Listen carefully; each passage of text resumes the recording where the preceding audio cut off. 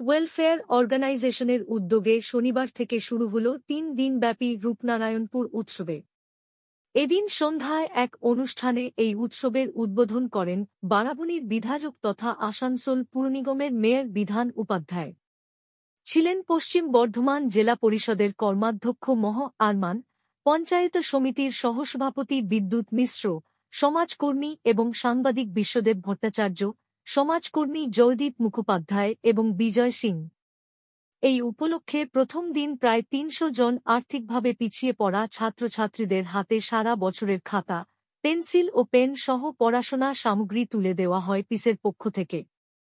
বিধান উপাধ্যায় তার বক্তব্যে এই সংস্থা যেভাবে দুস্থ ছাত্রছাত্রীদের গত ১৪ বছর ধরে পড়াশোনা এবং সাংস্কৃতিক জগতে নিয়ে কাজকর্ম করছে তার উচ্ছ্বসিত প্রশংসা করেন। বিশ্বদেব ভট্টাচার্য বলেন, পিসে বাচ্চাদের পড়াশোনার সাথে সাথে তাদের ইভিনিং মিল বা সান্ধ্যকালীন খাবার দিয়ে নাচ, গান, আবৃত্তি ও ছবি আঁকা শেখানো হয়।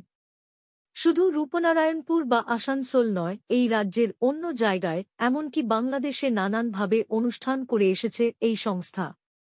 অনুষ্ঠানে স্বাগত ভাষণ দেন পিস ওয়েলফেয়ার অর্গানাইজেশনের কর্ণধার শুভদীপ সেন। তিনি বলেন, রূপনারায়ণপুর চিত্তরঞ্জন সংলগ্ন এলাকার মানুষ ছাড়াও বাইরের মানুষের সহযোগিতা ছাড়া এত বড় কর্মযজ্ঞ করা সম্ভব নয়। এই সংগঠন চালিয়ে যাওয়ার জন্য সকলের সাহায্য চেয়ে আবেদন করেন।